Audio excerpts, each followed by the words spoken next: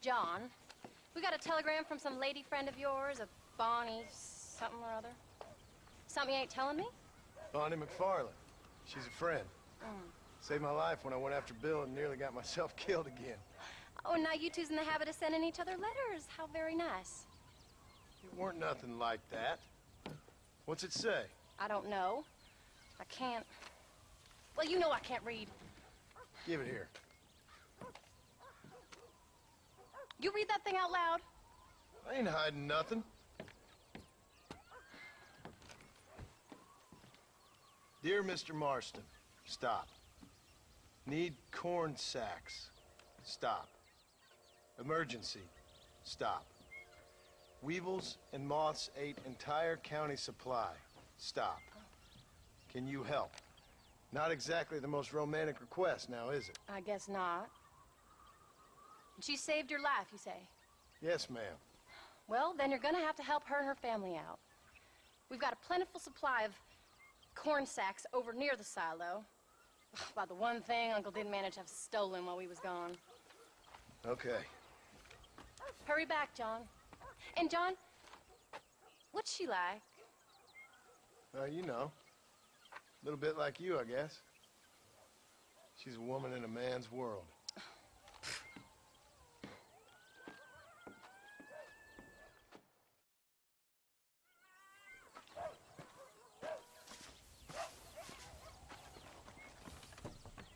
John, wait! Maybe I should meet this McFarland woman. What are you waiting for? We better hurry.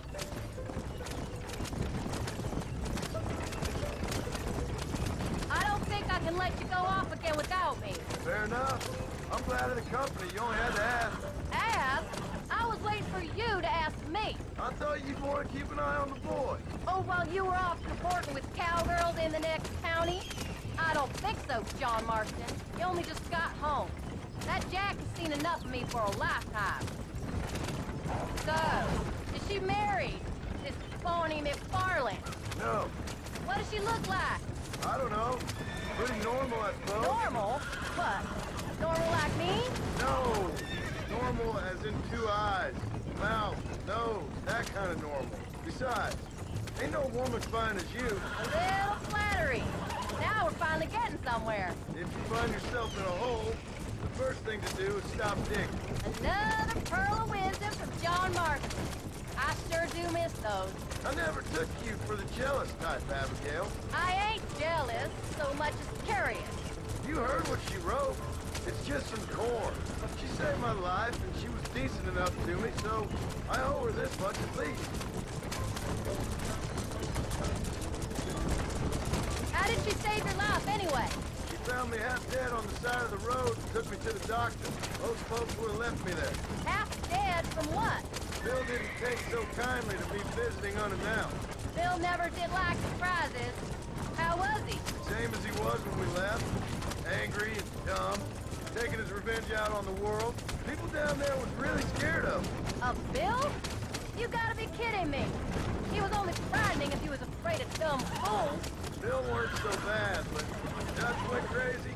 Bill took it hard. For a while, we all thought we'd found something right. Better way to live, but it was just a lie. So you saw before they did. Maybe. But there was still kind of a family. A family that left you for dead. You knew the truth, John, and they hated you for it. Where did they take you? Who? Those government bastards. Where did they hold you and Jack? I ain't sure. They kept their eyes covered there and back. Can't have been too far from here, though. They treat you right? It ain't the first time I've had a gun to my head, John. You're forgetting your marriage proposal. Very fun. No, they learned pretty quick what would happen if they laid a finger on me.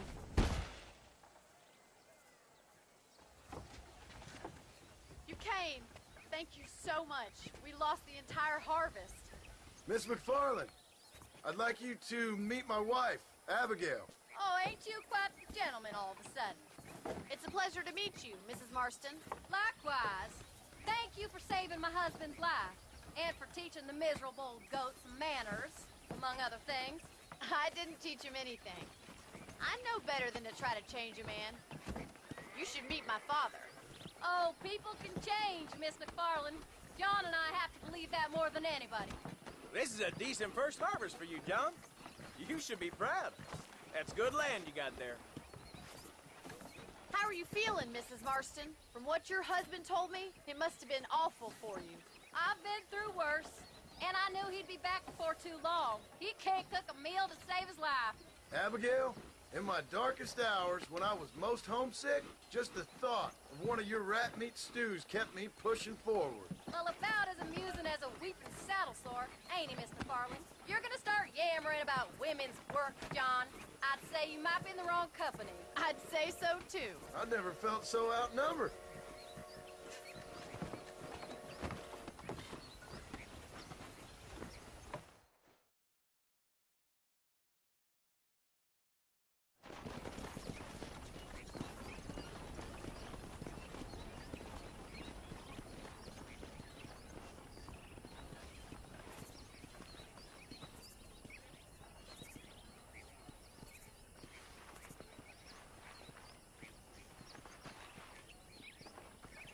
Ma'am?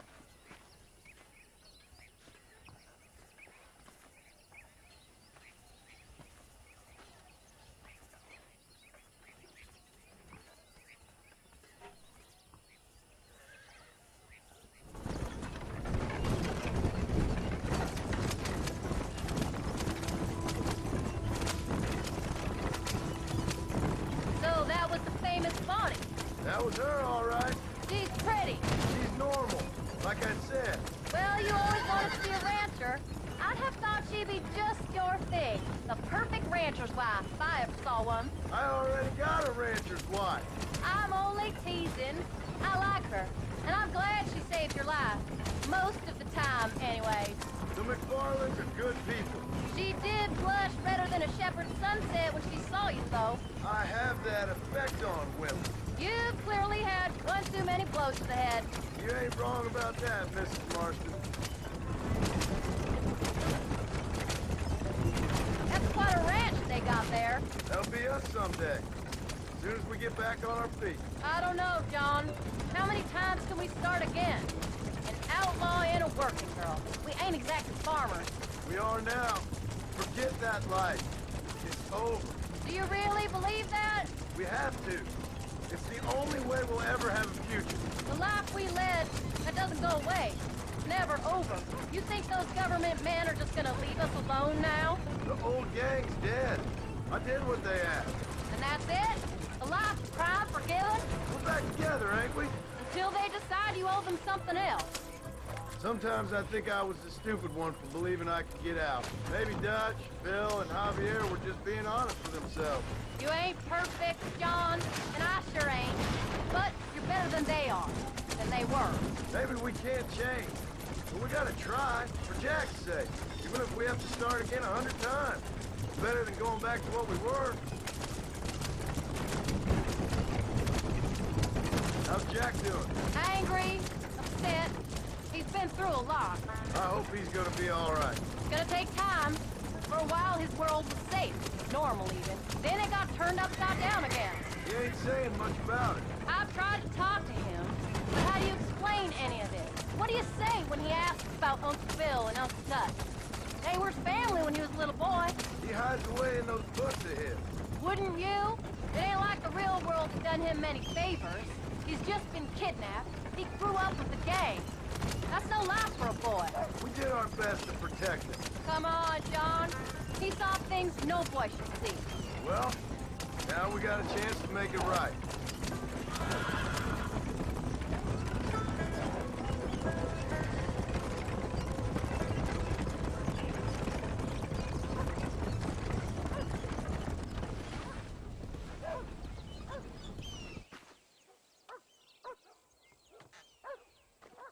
We did good today, John. I guess I better go fix us something to eat.